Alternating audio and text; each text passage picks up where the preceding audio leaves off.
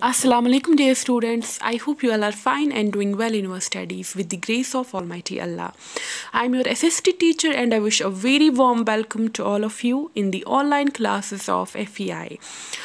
Today in your subject of history we will continue with the topic in the earliest stage. तो students last video lecture में हमने पढ़ा story of Harappa जो कि एक earliest stage है city है। आर्कियोलॉजिस्ट्स को उसके बारे में कैसे पता चला, क्या था special in cities, Harappan cities के बारे में वो हमने पढ़ा कि इन सिटीज़ को ये डिवाइड किया गया था दो पार्ट्स में, ईस्टर्न और वेस्टर्न पार्ट्स में। हाउसेस, स्ट्रीट्स और ड्रेन्स जो थी वो बहुत ही वेल मेंटेन्ड थी, हाइजीन और सैनिटेशन का खास ख्याल रखा गया था। लाइफ इंडस्ट्री जो होती थी वो बहुत ही ज़्यादा बिजी होती थी क्योंकि ज़्यादातर लोग कंस्ट्रक्शन में ही बिजी रहते थे।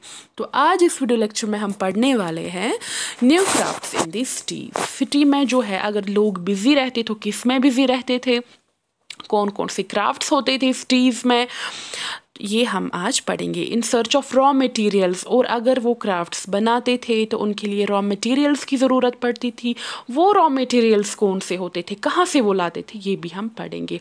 Food for the people in city में जो लोग रहते थे उनको फूड कहाँ से मिलता था।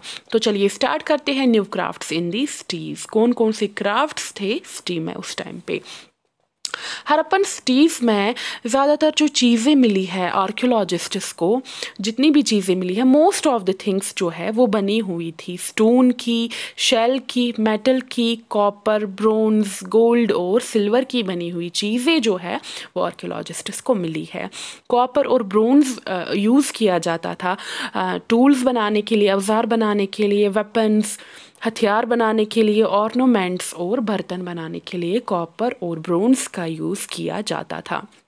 इसके अलावा गोल्ड और सिल्वर का यूज़ किया जाता था ऑर्नामेंट्स बनाने के लिए या फिर वेसल्स, बर्तन बनाने के लिए यूज़ किया जाता था गोल्ड और सिल्वर। तो सबसे इंटरेस्टिंग जो चीज़ें मिली हैं आर्कियोलॉजिस्ट्स को इन हरप्पन सिटीज़ में वो है बीड्स, वेट्स और ब्लेड्स।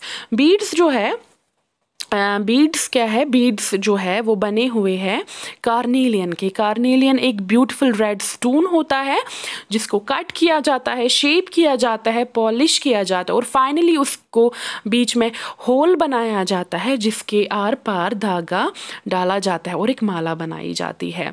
इसके अलावा वेट्स मिले हैं, वेट्स जो है वो स्टोन के वेट्स मिले हैं आर्कियोलॉजिस्ट्स को जो कि बने हुए हैं चर्ट के। तो चर्ट एक किस्म का स्टोन होता है, उसी के बने हुए वेट्स मिले हैं आर्कियोलॉजिस्ट्स को। तो मे बी ये जो हरप्पन लोग थे, हरप्पन्स थे, वो वेट्स का यूज़ करते होंगे प्रीशियस स्टोन्स को तोलने के लिए। इसका मतलब है वो नाप तोल का काम भी जानते थे।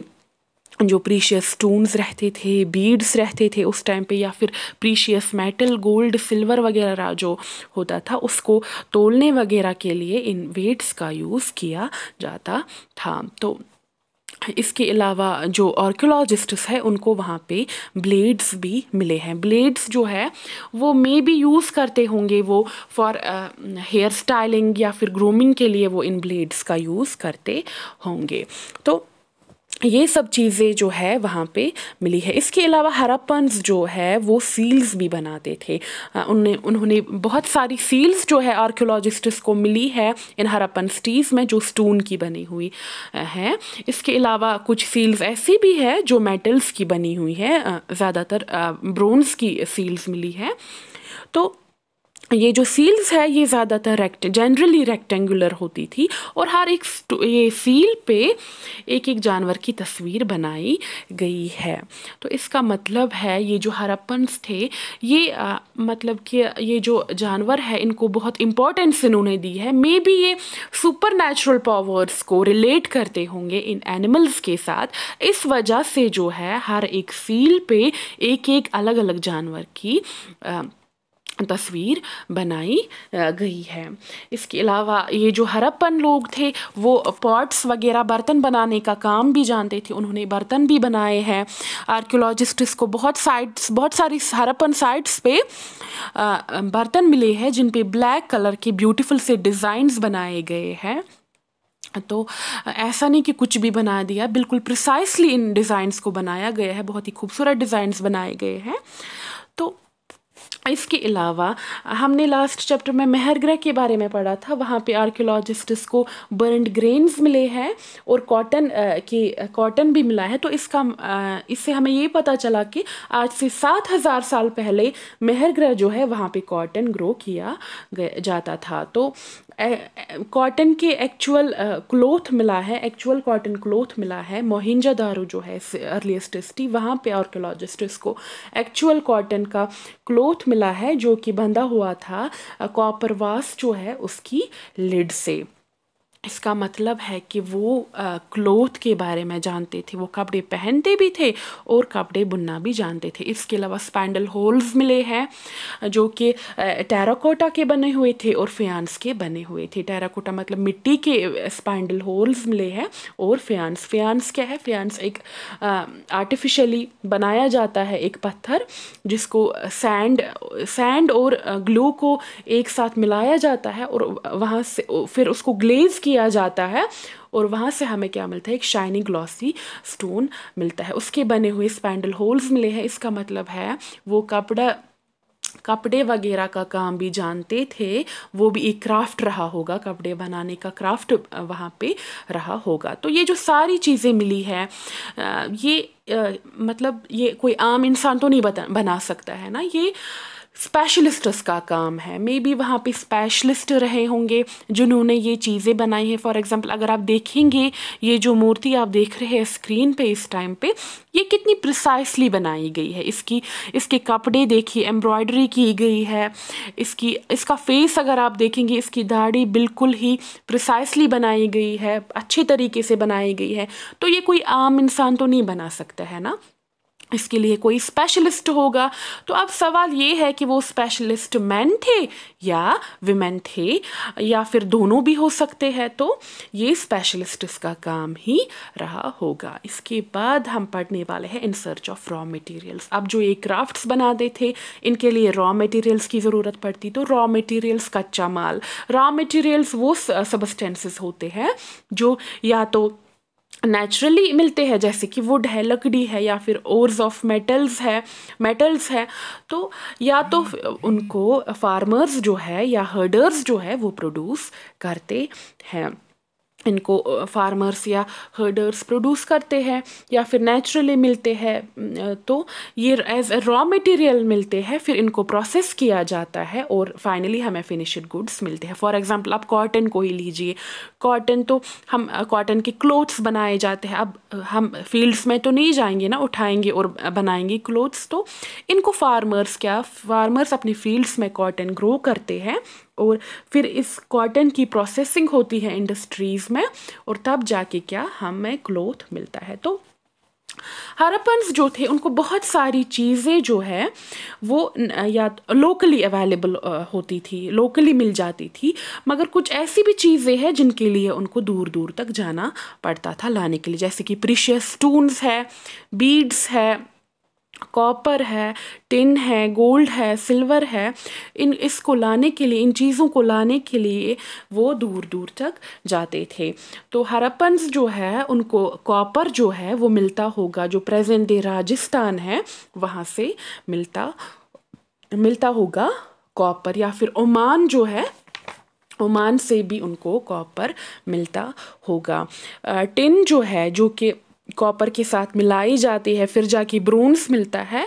टिन उनको मिलता था प्रेजेंट आज जो अफ़गानिस्तान है या फिर ईरान है वहाँ से उनको टिन मिलता था। तो जो उनको ब्रोंज बनाने के काम में आता था।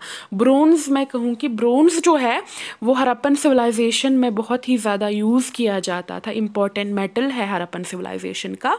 तो बहुत सारी सील्स भी जो है वो ब्रोंज की ही बनी हुई है। तो ब्रोंज जो है वो बनाते थे वो टिन से, जो कि लाते थे वो अफ़गानिस्तान और ईरान से। गोल्ड जो है वो उनको मिलता होगा कर्नाटका से, और प्रीशियस स्टोन्स जो है वो मे बी उनको मिलते होंगे गुजरात, ईरान या अफ़गानिस्तान से। तो इतनी दूर जगहों से उनको ये चीज़ें लानी पड़ती थी। अब सवाल ये है कि अगर वो ये दूर दूर जगहों से ये चीज़ें लाते थे, ये लाते कैसे थे ये चीज़ें। फॉर एग्ज़ाम्पल गोल्ड है, वो उनको लाना पड़ता था कर्नाटका से, या फिर अफ़गानिस्तान से उनको टिन लाना पड़ता था, ओमान से उनको कॉपर लाना पड़ता था। तो ये जो चीज़ें हैं ये लाते हाथ में तो नहीं लाते होंगे ना, या फिर सिर पे रख के तो नहीं लाते होंगे ना, इसके लिए तो कोई ट्रांसपोर्ट होना चाहिए ना उनके पास, जिस पे वो उन्होंने लाया होगा। वो तो बहुत सारी ऐसी पिक्चर्स मिली है या फिर सील्स मिली है जिन पे शिप्स बनाए गए हैं। तो इससे ये पता चलता है कि वो शिप्स को यूज़ करते थे एज ट्रांसपोर्ट। मे बी वो सी रूट से वो ट्रेड करते होंगे, तो ये जो है शिप्स का यूज़ वो करते होंगे एज ट्रांसपोर्ट। इसके अलावा टॉय कार्ट मिला है आर्कियोलॉजिस्ट्स को इन हड़प्पन सिटीज़ में। तो इससे पता चलता है कि वो कार्ट जो है कार्ट का यूज़ करते होंगे एज ट्रांसपोर्ट। तो इसके बाद जो हमारा टॉपिक है वो है food for people in this cities. अब ये खाना खाते थे तो वो खाना लाते कहाँ से थे वो। तो बहुत सारे लोग जो थे वो सिटीज़ में रहते थे, और बहुत सारे लोग ऐसे भी थे जो कंट्री साइड रहते थे, मतलब कि विलेजेस में रहते थे। वो क्या करते थे, वो क्रॉप्स ग्रो करते थे। इसके अलावा वो जानवरों को भी पालते थे, और तो ये थे फार्मर्स और हर्डर्स। तो ये फार्मर्स और हर्डर्स जो थे ये सप्लाई करते थे फूड किनको, क्राफ्ट्स पर्सन्स को, स्क्राइब्स को, रूलर्स को, जो सिटीज़ में रहते थे लोग, उनको ये फूड सप्लाई करते थे। और ये जो लोग थे जो कंट्री साइड में रहते थे, ये कौन कौन से क्रॉप्स ग्रो करते थे, ये हमें कैसे पता चला। हड़प्पन सिटीज़ में जो रिमेन्स मिले हैं प्लांट्स के, उससे हमें ये पता चला कि ये लोग जो थे, जो विलेजर्स थे, वो क्या ग्रो करते थे, वीट ग्रो करते थे, बार्ली ग्रो करते थे, पल्सेस ग्रो करते थे, पीस ग्रो करते थे, राइस, सीसम, लिनसीड और मस्टर्ड वगैरह जो है वो ग्रो करते थे। अब जो ये फार्मिंग होती थी इसके लिए टूल्स तो होने चाहिए ना, तो वो क्या करते थे, वो प्लो का यूज़ करते थे। अब हमें कैसे पता चला वो प्लो का यूज़ करते थे। हमें ये जो आर्कियोलॉजिस्ट्स हैं उनको एक टॉय प्लो मिला है जो कि मिट्टी का बना हुआ है, क्योंकि रियल प्लो जो है वो लकड़ी का बना हुआ होगा, तो लकड़ी जो है वो ज़्यादा टाइम तक सर्वाइव नहीं कर पाई होगी। इस वजह से उनको क्या मिला है, टॉय प्लो मिला है। मे बी किसी बच्चे का होगा, ऐसे ही बनाया होगा, तो वो मिट्टी का है। इससे पता चला कि वो प्लो का यूज़ करते होंगे खुदाई वगैरह, टिलिंग के लिए, ज़मीन की खुदाई वगैरह के लिए, टिलिंग के लिए, और फिर वो प्लांट्स जो है, वो सीड्स जो है, बीज जो है वो बोते होंगे ज़मीन में। पहले वो क्या करते होंगे, टिलिंग करते होंगे इसी प्लो से। रियल प्लो तो नहीं मिला है क्योंकि वो सरवाइव नहीं कर पाया होगा, तो क्या मिला है, टॉय प्लो मिला है, मिट्टी का बना हुआ प्लो मिला है। तो अब ये अगर फार्मिंग करते तो इरिगेशन की ज़रूरत तो पड़ती होगी ना, पानी वगैरह देने की ज़रूरत तो पड़ती होगी ना। तो हड़प्पन सिटीज़ जो थी वहाँ पे ज़्यादा रेनफॉल जो है वो नहीं होती थी, तो लोग क्या करते होंगे, लोग स्टोर करते होंगे पानी को, और जब प्लांट्स जो हो वो ग्रो हो रहे होंगे तब वो इनको पानी दे रहे होंगे। तो इसके अलावा हड़प्पन्स जो है वो गाय पालते थे, बकरियाँ वगैरह, गोट्स वो पालते थे। तो वाटर और पास्चर्स जो है, पानी और चरवाहे जो है वो उनको अपनी सेटलमेंट्स के पास ही इजीली अवेलेबल होते थे। घास वगैरह या पानी वगैरह उनके घरों के पास ही मिलता था।